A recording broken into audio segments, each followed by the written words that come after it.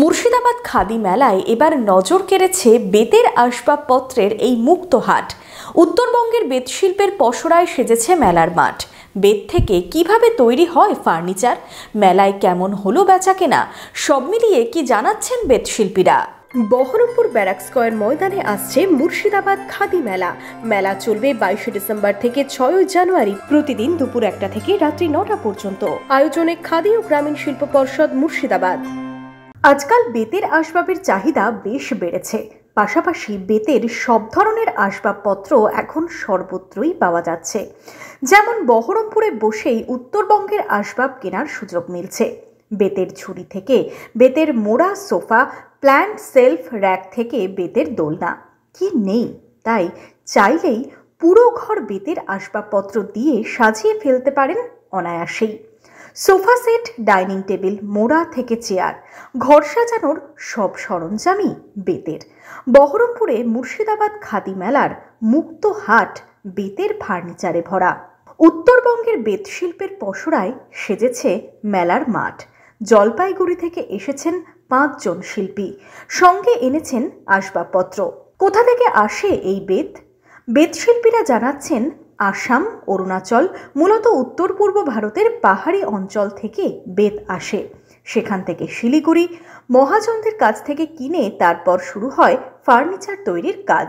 আমার এটা বংশ পরম্পরা ব্যবসা। এছাড়া অন্য কোনো কাজ করে? এছাড়া আমি আর অন্য কোনো কাজ করি না, এটার উপরে আমার দিন জীবিকা। আচ্ছা, এই কোন কোন মেলা জান আপনাদের? আর যত হস্তশিল্প, যত আপনার খাদি মেলা বলুন, হস্তশিল্প রাজ্য হস্তশিল্প বলুন, এই যত সরকারি মেলাগুলো আছে সেগুলোতেই আমরা অ্যাটেন্ড করি। রাজ্যে বাইরের দেশে আমরা যাই না। লাভ হয়? কোনো রকম সংসার চলে যায় আর কি। এছাড়া তার অন্য কোনো কাজ করে না না, এই বেতের উপরেই আমাদের দিন জীবিকা। শীতের দুপুরে মুক্ত হাটেই চলছে এই কাজ।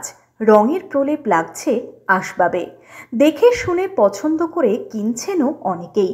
দাম নিয়েও ব্যবসায়ীরা আশ্বস্ত করছেন, বলছেন পরিশ্রম আছে, কারিগরের মজুরি সব দিক ভেবেই সামান্য লাভ রেখেই আসবাবের দাম ধার্য হয়েছে। বেত থেকে কিভাবে তৈরি হচ্ছে ফার্নিচার, মেলায় কেমন হলো বেচাকেনা।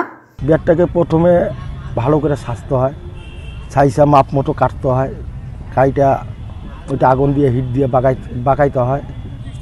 তারপরে সেটাকে যেখানে যেই পজিশনে তারকারি মারতে হবে, বান দিতে হবে, যেই ডিজাইন মারতে হবে, এইভাবে আর কি আমাদের করতে হয়। গেলবার করেছিলাম ইকো পার্কে, আর এই বছরই খাদি মেলায় আসছি বহরমপুরে। প্রথম। আমি যা মাল নিয়ে আসছিলাম, আমার 50% মাল বিক্রি হয়ে গেছে। আর হাতে গুনে কয়েকদিন আছে মেলা। শেষ পর্বে ব্যবসা ভালো হবে বলেই আশা রাখছেন এই স্টলদাতারা।